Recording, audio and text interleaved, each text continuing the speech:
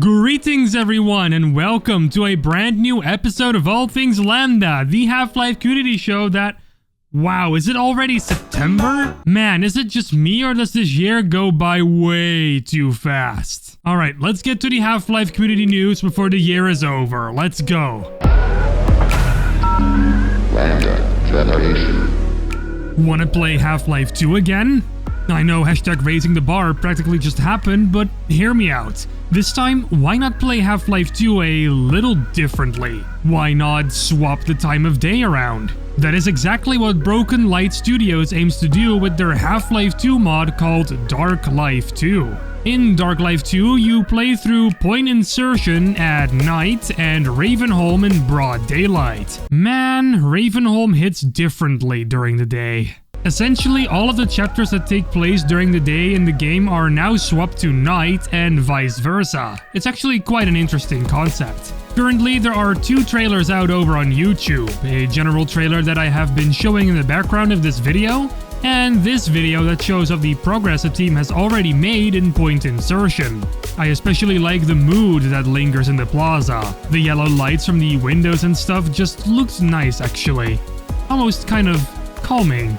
There is also a video that shows off the headlights on the buggy that are now fully functional and even cast dynamic shadows onto the environment to really make this a really cool effect. Kind of reminds me of the muscle car from Half-Life 2 What Remains, which also had dynamic headlights. This project unfortunately doesn't have a ModDB page yet, but they do have a Discord server which you can join and a YouTube channel to subscribe to. They're linked in the description below. They also have a LambdaGen community page, so in case you want to follow them there, you can definitely do that. That page is also linked down below. Speaking of the LambdaGen community platform, it recently got a new update again. This new update is called the Editing Update. What this update mainly entails is that you can now edit posts that you have made mistakes in. So if you misspelled anything, accidentally put your post in the wrong category, or if you want to update your one post with a new fact about Half-Life every hour for 24 hours, you can now do that.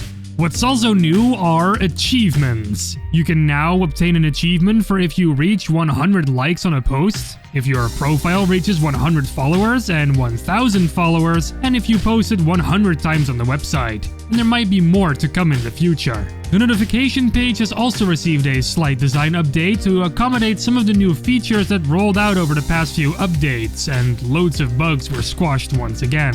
All in all, a pretty nice quality of life update. If you think that's all we got for you this week, think again. There is currently an art challenge going on LambdaGeneration organized by NetNet. If you choose to participate in this challenge, then take a look at this poster made by NetNet. The challenge takes 10 days and requires you to draw according to the descriptions provided for each day. Post the artwork you made on the LambdaGen platform and tag it with hashtag HLArtChallenge. If you do that, you'll have a chance to be featured on our social media pages. And oh, we'll go over our social media pages at the end of the video. Are we? If you want to see this week's changelog for the editing update, then check the link in the description below. You'll find a link to NetNet's post about the art challenge as well. Okay, I know that Minecraft has absolutely nothing to do with Half-Life or even Valve, but I've been looking for a reason to talk about Minecraft on this show, and I finally have found one, because a team of Minecraft mappers have actually recreated many locations from Half-Life 2 in one Minecraft map. City 17 Grand Project is a production from United Builder Studios, and the project got started in early 2016. It was made practically without mods, the only mod that's being used being World Edit and maybe shaders as well for those nice trailer and the screenshots that they made. They are not just recreating City 17 though, no, they are recreating the entirety of Half-Life 2 and a load of other locations as well, like the Vault from Half-Life Alyx, Black Mesa, Minerva, and much more. This will be the ultimate open world Half-Life map. It's actually kinda crazy and I can't do anything else but applaud the effort. This mapping work looks amazing. In the description, I left a link to the page where you can download the current version of the map. You obviously do need Minecraft to play this. I'll also leave an article from PC Games N in the description in case you want to read a little bit more about it. Half-Life Loop, the Half-Life themed top-down twin-stick shooter, is steadily still being developed by its sole developer, Pinky. In a recent update over on their Twitter page, they show off that a new fleshy friend has been added to the game. A fleshy friend that so happens to be able to shoot bees. I'm talking about the Hivehand, of course. Man, I actually hope it's not really sentient.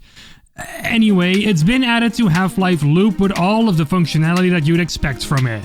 It shoots homing hornets at targets with ease, and it even has a rapid-fire mode. A lot of other weapons have made it to Half-Life Loop already as well, like the crowbar, crossbow, trip mines, and of course the shotgun. The game is making some pretty good progress so far, and I can't wait to see what's next. Hopefully, some actual levels. That would be awesome. If you want to follow Half-Life Loop's development, click the link to Pinky's Twitter page in the description below. You can also donate to their Patreon page. You can get access to demo builds that way and play the game early.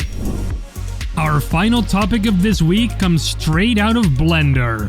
3D model maker Martin Atlund decided to recreate the Half-Life 2 Episode 2 muscle car with a much higher poly count and a lot better texture work. And it looks quite amazing.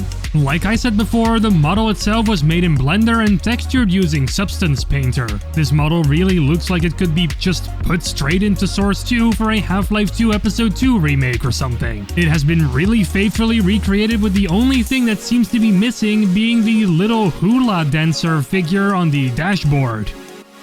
Alright, no, wait. That is unacceptable. Let's trash this and never think about it again. Nah, I'm just kidding, of course. If you want to see this model for yourself, then go and check the description below for a link to Martin Atlund's BlenderArtist.org page.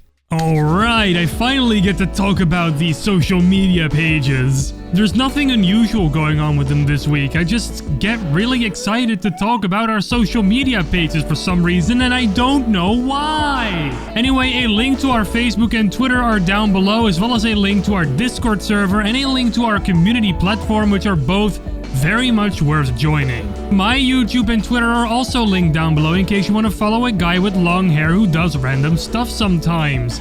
It's worth following me on Twitter. I post some funny stuff sometimes, so come my children. And with that all being said, I'm going to end episode 156 of All Things Lambda. Don't be sad though, because we'll be back next week with another episode. But in the meantime, don't forget to subscribe and to ring that bell icon so you'll never miss another episode. Salutations, and take care.